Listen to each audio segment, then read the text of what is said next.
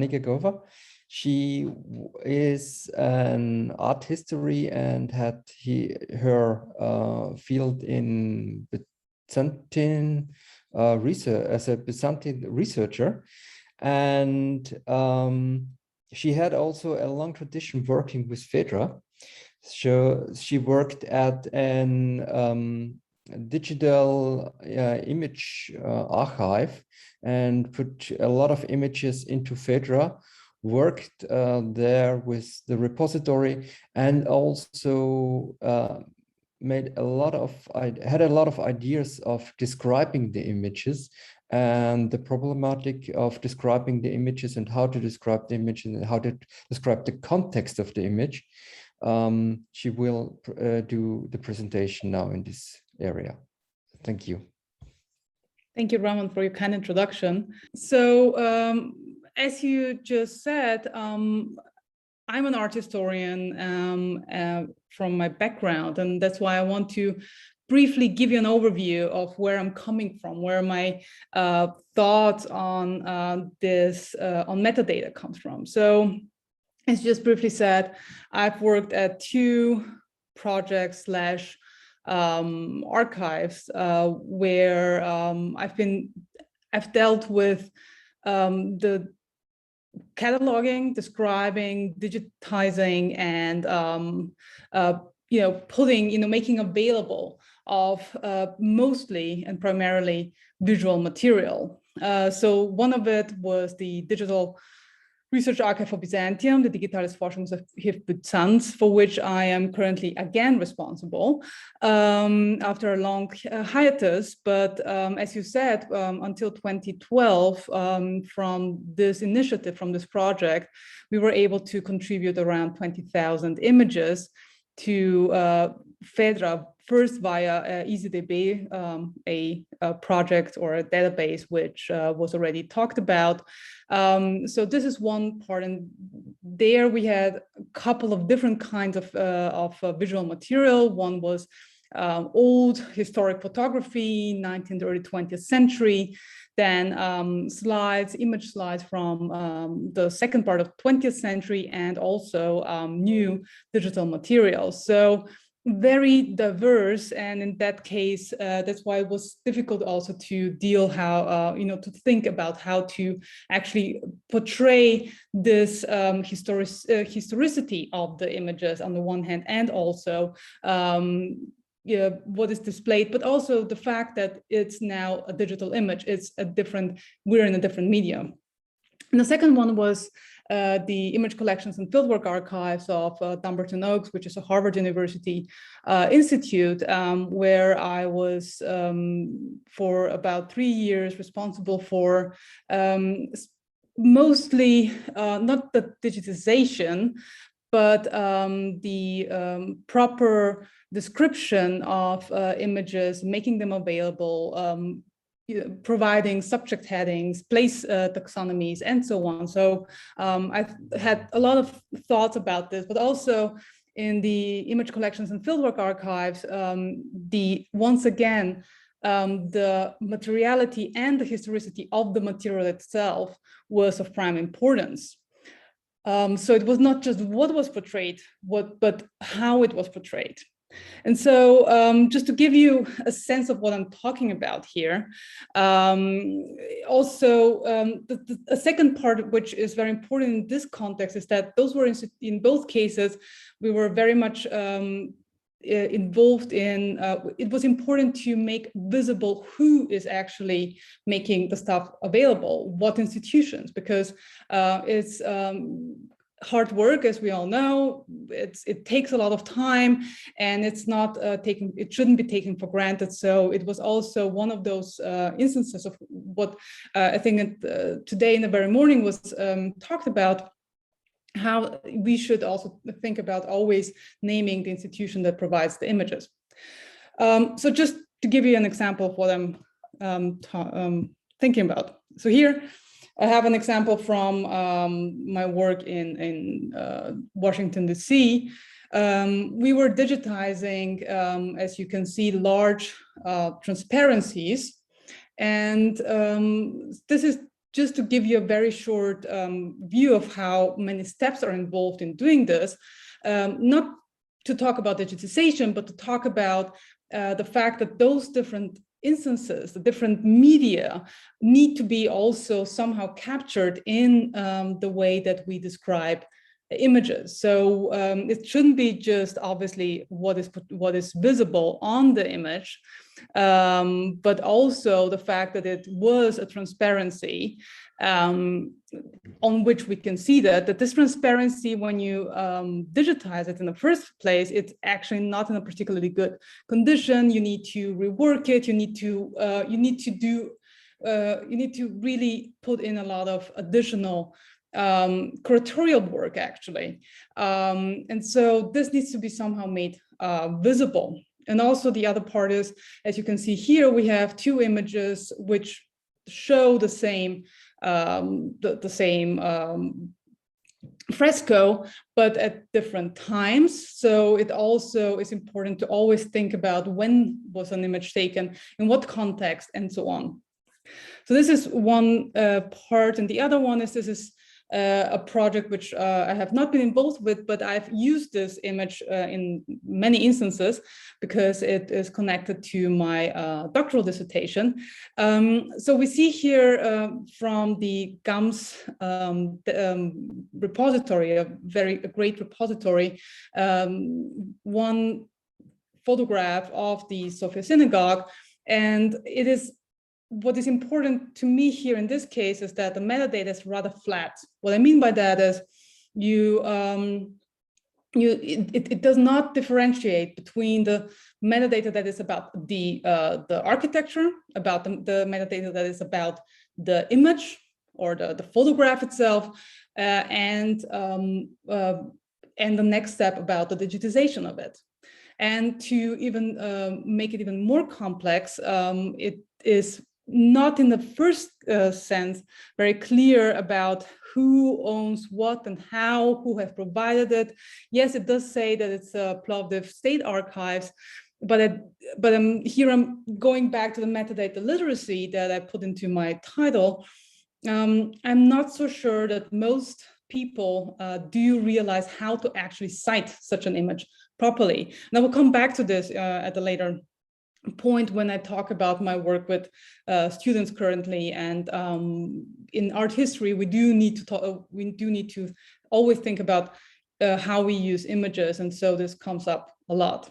So it's this flatness in a certain way of metadata that is usually employed, which somehow does not give us the opportunity to see the complexity of the medium itself and the different steps that different media changes, and also to differentiate it with what is portrayed on the image. So obviously we do have standards that do address that. One which is very well by now, it's well documented, it's used widely, is VRA Core. So VRA Core tries to bridge this gap. It does come from the image librarian field. So yes, I agree with the fact that a lot of new initiatives always come from the library and archives field. And so what VRA Core tries to do is it tries to bridge this problem. So basically it has this data model of a three-part data model of a collection, and the work is always the, let's say, real world thing. So for example, the fresco, the architecture, and so on, and the image of it. And somehow this, by disentangling those instances, it provides us with the possibility of actually marking the different steps and the different media changes that take place. And as you can see here on the right, I just put in one of those examples that they have on their website of how to describe a fresco cycle, for instance. What I've noticed, though, also in this example, is that in many ways, already here, they are very scarce with their data, with their metadata. So they don't fill in the agent, they don't fill in the description, or they, the material, and so on and so on. So which, and they again somehow mix the content of the fresco with the image of the fresco. So this is also an issue. We have a standard here which tries to separate those two, and at the same time, even in the examples that they give, they still somehow mix things up. And this is something which, again, I'll come back to this later, comes up a lot of times. It is even if we do have standards like this, the use of them is a different topic. Obviously, we have also standards of how to describe the content standards, but in many ways, it is a problem of, it seems to me, it is a problem of how we think about images and how we think about representations in general. So due to time constraints, I will not go into other standards that exist out there, which try to do something very similar. I just wanted to go into this one as one example, which is widely used and by now accepted. So you can see here, those are two examples also from the Dumbarton Oaks, where VRA Core is applied. And this is exactly what I was just talking about, that yes, it does provide this differentiation. It does separate out the work, meaning the on the left, we can see this sculpture, this capital, and on the right side, once again, an architecture, a ruin of a church. And it does separate out this work record and the image record. But what it does, if I won't go into the details, but if we would look into how the standard is used, it's not very standardized in that way. The image metadata still provides stuff about what is portrayed on the image. And in many ways, what it lacks is those standardized controlled vocabulary. So this is one of those things which I've noticed, and this is why I think it's so important to think about the controlled vocabulary, because in many ways it seems that this is the only way that we can link things, and we can actually go further into fields like the semantic web and so on. But still, it's not particularly readable if you don't know what is shown here. If one is not familiar with standards like this, it is not particularly clear how to read it from a user perspective. So this is one example that I'm showing. Another example where I've used VRA Core recently in a project that I have tried to realize for a colleague of mine. It's here. This is an Omeka website, which and Omeka has plugins for VRA Core, so it works perfectly together with the standard. And once again, what we can see is a problem of actually representation of this standard.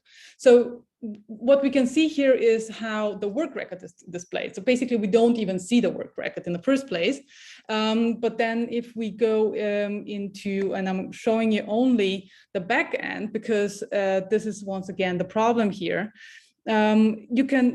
We've tried to actually do the work. We've tried to go into the details of separating out the different aspects of work of art, or bridge in this case, and image of it, and a representation of it.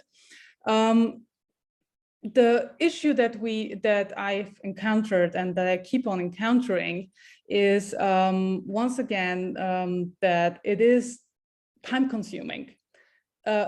Aside from the fact that you need a very high, you need to really invest a lot of time in the beginning to conceptualize this division. This, even though it's pretty clear, if you have the things in front of you, if you see the real world thing and you have an image of it, and then you have a digitized version of it, you know how to conceptualize those differences and those separations, and that those are different media. It is still a matter of a lot of training to make people understand how this actually works. And also, and this is where it actually lacks, is the time. It's time consuming.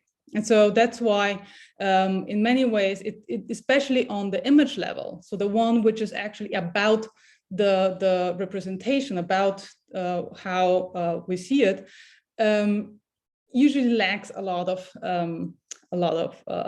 detail. And also, this is also a project which unfortunately has, there's a long hiatus right now with it. We haven't really finished it. It was thought, and it was actually still, it's still in process of linking it to FAIDRA, with putting all of those, of the data into FAIDRA. Unfortunately, due to COVID, it was stopped, and a lot of other things came in between and other duties. But the conversations that we had about 2 years ago was about how to actually represent what we have here in the Bridging Byzantium Omeka the platform. As you can see, it's each bridge has its own record, and under each record you have the image records. So the question was, how do we represent this in FAIDRA? And we didn't get to this point yet, but we're probably, I'm really hoping that we can finalize this project, because yes, we do need to be able to put to secure the data in a place like FAIDRA, in a digital repository, because we never know otherwise how long it will remain and how long it will be visible. But one thing that came up as a suggestion, because FAIDRA does not necessarily give the possibility of having those different instantiations, is to say the work record is a collection and the image is an item, as it is in FAIDRA. So just to give you an example of how this would look like, it's here we have a previous one where a collection was made in terms of exactly this idea, in a kind of DIY way. So it's about an inscription in now mosque in Istanbul, and this so basically this describes this work, this inscription, or the real world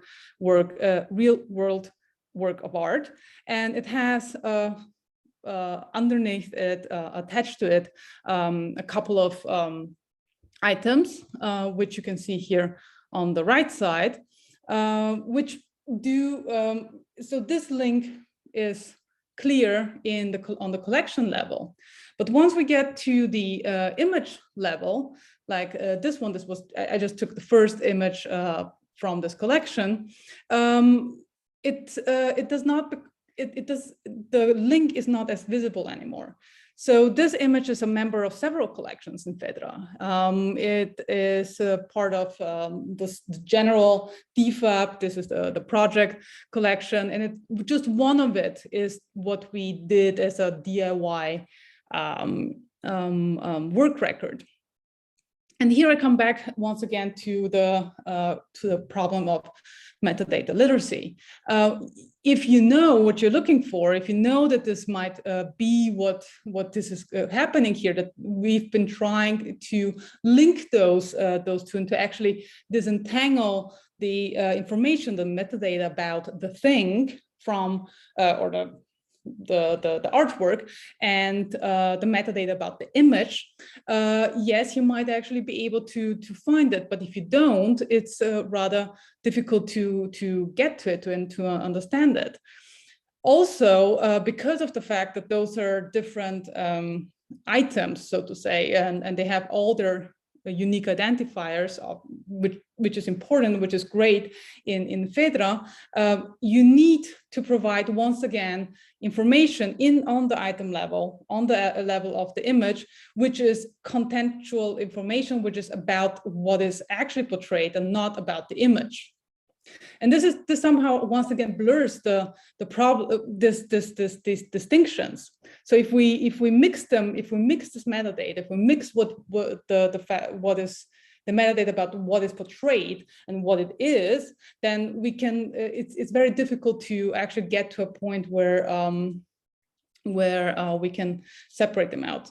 And the second part is also that few people know how to handle the additional possibility of showing the full metadata or reading actually the XMLs that are also provided here. And I'm also talking so much about this because in talking with my colleagues from PHAIDRA, from the very beginning, it has always been important that we provide that it is about the digital thing, about the digital file, because this is what is preserved in PHAIDRA. It's not about what is represented, it's not about what is shown. And as you can see from the metadata that we see on the first slide, so to say here, this is actually not visible. So there is a disconnect between what seems to be important and what is actually seen. So I'll move on because I'm sure I'm already further behind, but this problem of translating and actually mapping the metadata is not only in the direction of let's say, from the bridging Byzantium to PHAIDRA, but it happens also from the direction of PHAIDRA to other places.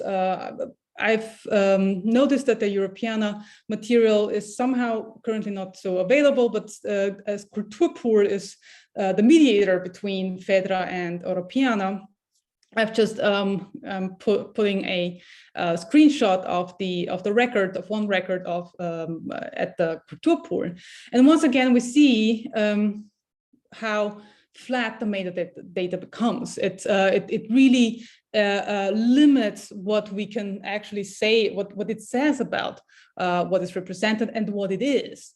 On the right side, I understand obviously you cannot read all of it, but you can just see the XML extraction of the same image in PHAIDRA, which is clearly more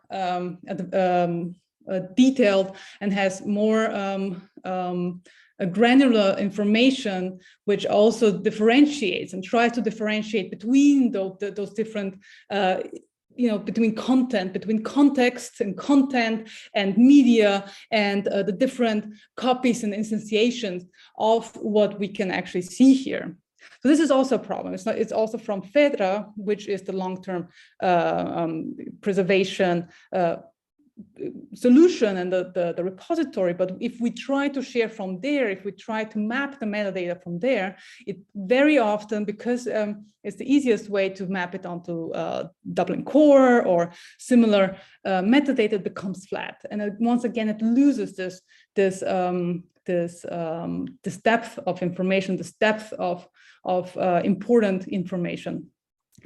So just to briefly close my my talk, this is just to come back to the metadata literacy part. So this is a screenshot from a online exhibit that I did with students of mine last winter as the first the second COVID semester.